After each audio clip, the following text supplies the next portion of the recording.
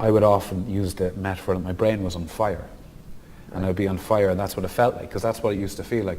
So when I was taking really deep breaths, mindfulness, it was like the breath was putting the fire out. It was like extinguishing the fire. And you have those visuals, you have that kind of way of looking at it. It can make mindfulness much more almost hypnotic. Yeah. And that's what you want. You want to just get so far out of the world and get your head out of that red zone, which is like the front part where you're worried about all the time. And you're like, I have to do this, I have to get out of college, I have to do this, I have to go to the gym. You need to get out of there. Yeah. And that's what mindfulness does, it takes you. And not in a lot of people say, oh, I'm not into the mindfulness thing. And I do it every now and again, but it doesn't work for me. It won't work for you unless you actually do it consistently. That's for me what mindfulness is for everybody, because I don't think anyone's mind in the world anymore, simply, and it might sound, I can't speak for everybody, but I have a belief that a lot of people in the modern world's mind is no longer evolved to cope with the chaos. It's just, the world is chaotic, it's very fast, it's getting smaller, it's quite a fearful, scary place. And there's a big gap between the modern world and whether the brain can actually cope with the modern world. And it's up to us to close the gap. And it is things like mindfulness, the ability to step out away from, it is things like visualization techniques, mental fitness techniques, positive self-talk management. These are the things we need to teach people to close that gap so they can cope with the fucking chaos and actually embrace the chaos. Actually go, I can live with this, I can submerge myself in it, and I can completely cope with it. And that's a really good place to be, because the modern world isn't slowing down. Exactly. It's going to run you over if you're not going to get on board. Exactly, and perspective as well. I mean, like when you're in school, you're looking to your leaving cert.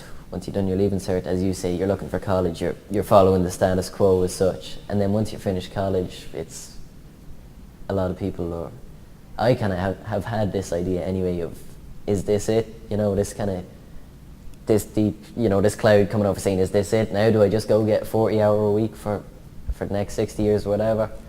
But then through mindfulness and being aware of my own thinking pattern, I'm able to just flip that and go, actually, this is it. You know, I can now, I'm finished college, whatever, I can do what I want. If I don't like what I did in college, grand, I'll go and do this until I can do that. And if you start thinking 6 years ahead of yourself, man, you're going to be very depressed all the time.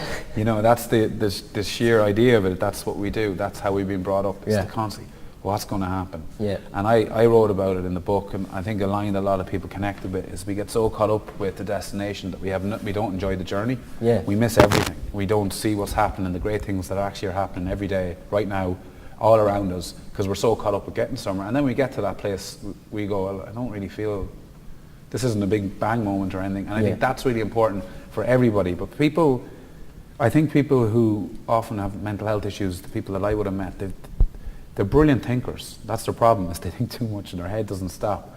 But thinking a lot's good. It can be really positive if you think about the right things. Exactly. You can make those thoughts not toxic, and you can make them full of empathy and full of different. And that's basically, that's called your mindset.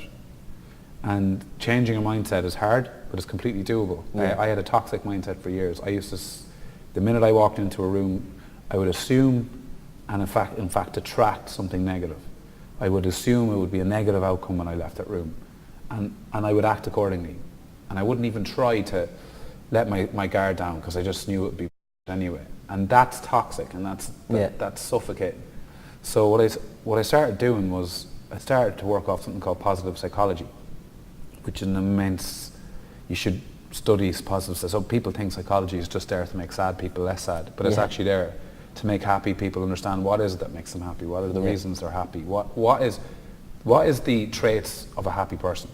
And for me, it's gratitude, it's self-compassion, it's the ability to be mindful, it's the ability to have empathy, the ability not to be judging others. And I was like, that's a load of bollocks. The minute I said, load of bollocks. And my mindfulness coach says, I want you to practice it, even if you think it's bollocks, for this period of time. And after practicing it, I started realizing the effect it had on me, especially things like gratitude. Consistently saying I'm thankful for things. How lucky I am to have that, how gracious it is to have that. And not meaning it, but still saying it. And then all of a sudden, after a couple of months, I started feeling it and meaning it and actually feeling it. And that's when everything changed.